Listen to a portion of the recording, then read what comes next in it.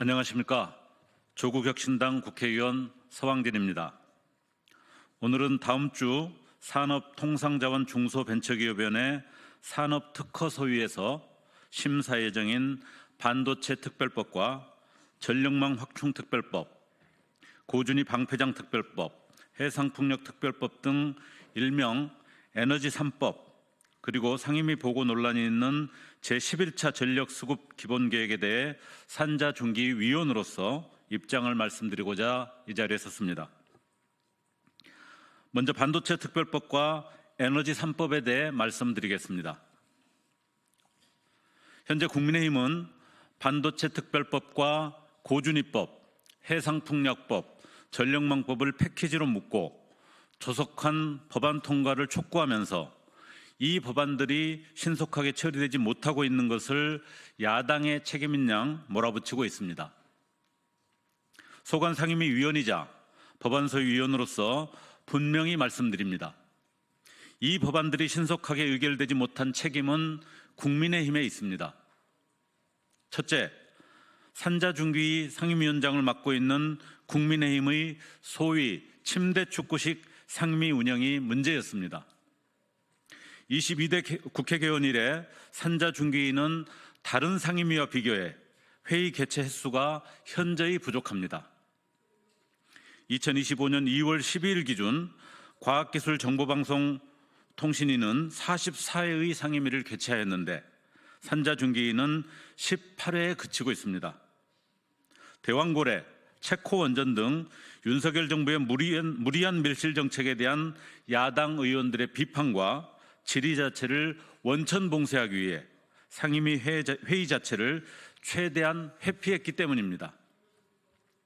둘째, 결정적으로 12.3 비상계엄 사태와 그 이후에 내란 정국이 신속한 법안 의결을 가로막았습니다. 침대축구 상황에서도 산자중기 산업특허소위 위원들은 해당 법안에 대한 심사를 꾸준히 진행했습니다. 지난해 11월 집중심사를 진행한 결과 12월 초 예정된 추가 심사만 거치면 상임위 의결이 어렵지 않은 상황이었습니다. 그러나 12.3 비상계엄 사태와 내란 정국으로 12월에 예정돼 있던 법안 심사 및 상임위 일정은 모조리 날아갔습니다. 국민의힘은 도대체 누구에게 책임을 떠넘기는 것입니까? 손바닥으로 하늘을 가리는 어리석은 짓은 당장 중단하기 바랍니다. 어려운 경제를 살리기 위해 관련 법안의 신속한 통과를 바란다면 엉뚱한 책임 전가와 불필요한 논쟁을 중단하고 소위에서 집중적으로 논의하고 처리하면 됩니다. 반도체법은 본질적 내용도 아닌데 논란만 키우고 있는 주 52시간 특례 조항을 빼고 신속 처리하면 됩니다. 애초에 반도체법 논의가 왜 시작되었습니까? 자국 내 반도체 시설에 파격적인 보조금 지원 등을 추진한 미국의 수법 등에 대한 대응을 위해 우리 반도체 산업의 국제 경쟁력 유지를 지원하고자 한 것입니다. 법안의 근본 목적에 집중해야 합니다. 반도체 생태계 육성을 위한 정부의 보조금 지원과 전문 인력 양성 지원이 바로 시작될 수 있도록 신속하게 처리합시다. 주 52시간 특례 문제는 반도체 산업 경쟁력 확보의 핵심 요소가 아닙니다. 주 52시간 근무제도를 유지하고 있는 SK하이닉스의 약진이 이를 잘 설명합니다. 섣부른 노동시간 연장은 반도체 산업 경쟁력의 가장 핵심인 젊은 인재들을 미국이나 대만으로 밀어내는 결과만 초래할 것입니다. 민주당과 국민의힘은 말로는 경제 회생을 위한 입법 추진을 서둘러야 한다면서 비본질적인 주 52시간 특례 문제로 힘겨루기를 하는 행태를 중단하고 반도체 특별법에 대한 신속한 논의와 결의를 추진하기 바랍니다. 전력망법의 경우에는 과거 전원개발촉진법보다 뒤떨어지는 주민수용성 배제 문제, 재생에너지 우선 접속 대책 부재 등에 대한 지적이 여전히 큽니다. 최소한 이 두 가지 사안에 대해서는 법안에 관련 내용을 충분히 반영해야 합니다. 이러한 쟁점들부터 검토되고 충분한 사회적 동의를 얻어야 법안의 취지 또한 살릴 수 있습니다. 고준위 방패장법은 법안의 목적상 무엇보다 부지 선정 과정에서 과학적인 안전성 검증과 사회적 동의 확보가 핵심입니다. 현 고준위 방패장법에 따르면 가장 안전성이 요구되는 부지 선정의 책임이 관련 경험이 있는 원자력 안전위원회가 아닌 새롭게 구성될 고준위 방사성 폐기물 관리위원회에 있습니다. 고준위 폐기물의 안전관리에 관한 두 위원회 간의 권한과 책임이 법안 심사 과정에서 제대로 정리되어야 합니다. 저도 대표 발의한 해상풍력법도 마찬가지입니다.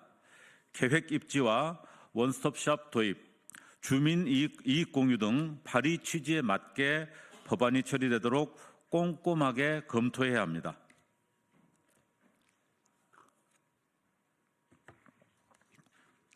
우리 경제 산업의 기반 강화를 위해 반도체 특별법과 에너지 3법은 필요 법안입니다. 그러나 대전제는 윤석열 정부가 저지른 최악의 정책 실패 분야 중 하나인 탄소 중립과 에너지 전환 정책의 퇴행을 바로잡는 것과 함께 진행되어야 한다는 점입니다. 분산형 전원인 재생에너지를 획기적으로 강화하고 반도체, 데이터 센터 등 전력 다소비 산업의 지방 분산이라는 탄소 중립 시대에 맞는 에너지와 산업 정책의 대전환과 함께 추진되어야 합니다. 상임위 심사 과정에서 이런 원칙이 분명히 세워져야 합니다. 아울러 에너지 3법 이외에도 제가 대표 발의한 재생에너지 세제 지원 강화, 조세특례 제한법 등 에너지 전환 촉진을 위해 여야 여러 의원들께서 발의한 법안들의 조속한 통과도 함께 이루어져야 합니다. 이러한 사안들을 집중적으로 논의할 국회 상설기후특위 구성도 하루빨리 추진되어야 합니다. 마지막으로 제11차 전력수급 기본계획 정기본 상임위 보고 논란에 대해서도 한 말씀 드리겠습니다. 11차 정기본은 윤석열 정부가 임기 내내 퇴행만 거듭하고 있는 에너지 정책의 실체를 그대로 보여주고 있는 졸속 계획입니다. 본질적 문제는 원전 몇 기, 재생에너지 몇 기가와트와 같은 1차원적인 논란을 떠나 탄소 중립이라는 근본 목적이 상실된 무책임한 에너지 계획이라는 점입니다. 정부는 법정 시한이 닥쳐서야 슬그머니 조정안이랍시고 대형 원전 1기 철회, 재생에너지 비중 일부 확대를 꺼내놓았습니다만 조정에 따라 발생하는 2038년 신규 설비 4.4기가와트의 부족분 1.6기가와트에 대해서는 유보라는 전례 없는 꼼수를 내놨습니다. 철저한 수요 전망도, 과학적 데이터도, 부족 설비에 대한 대책도 없는 그야말로 숫자 맞추기에 급급한 행태입니다. 우리에게 당장 급한 건 온실가스 최대 배출원인 석탄 등 화석연료 발전의 퇴출입니다. 그럼에도 해당 전기본에서는 2030년, 2038년 석탄과 LNG의 감축 조정엔 별다른 고민이 없습니다. 원래 임기가 끝날 27년까지 연평균 온실가스 감축률을 2.0% 낮추고는 다음 정부의 연평균 감축률은 그의 4배에 달하는 9.3%로 책정하는 파렴치한 짓도 서슴지 않았습니다. 정기본 국회 보고가 법적 의무사항인 만큼 통과 의례로 그쳐서는 안 됩니다. 지난해 9월 공청회도 경찰력까지 동원하는 등 난장판 속에서 요식행위에 그친 바가 있습니다. 제11차 정기본과 퇴행한 에너지 정책에 대한 청문회를 요구합니다. 왜 그런 것인지, 이번 기획에 에너지 정책의 퇴행을 초래한 자들이 누구며 조삼모사식의 전기본 조정안을 지시한 몸통과 꼼수를 철저히 밝혀내는 청문회를 열어야 합니다. 탄소 중립에 눈 감고 신규 원전 건설에만 급급한 나머지 다음 정부의 폭탄 돌리기 한 무책임한 계획을 바로잡아야 합니다. 오늘 반도체법을 비롯한 에너지 관련 법안들과 현안에 대해 말씀드렸습니다. 윤석열 정부가 그동안 아무런 비전과 계획도 없이 막무가내로 퇴행시킨 정책들을 다시 재정립하기 위해서는 하루빨리 탄핵이 마무리되고 새로운 정부의 새로운 국정과제로 논의되어야 합니다. 다음 주 산자중기 회의에서도 충분한 논의와 올바른 결정을 내릴 것을 요구합니다. 감사합니다.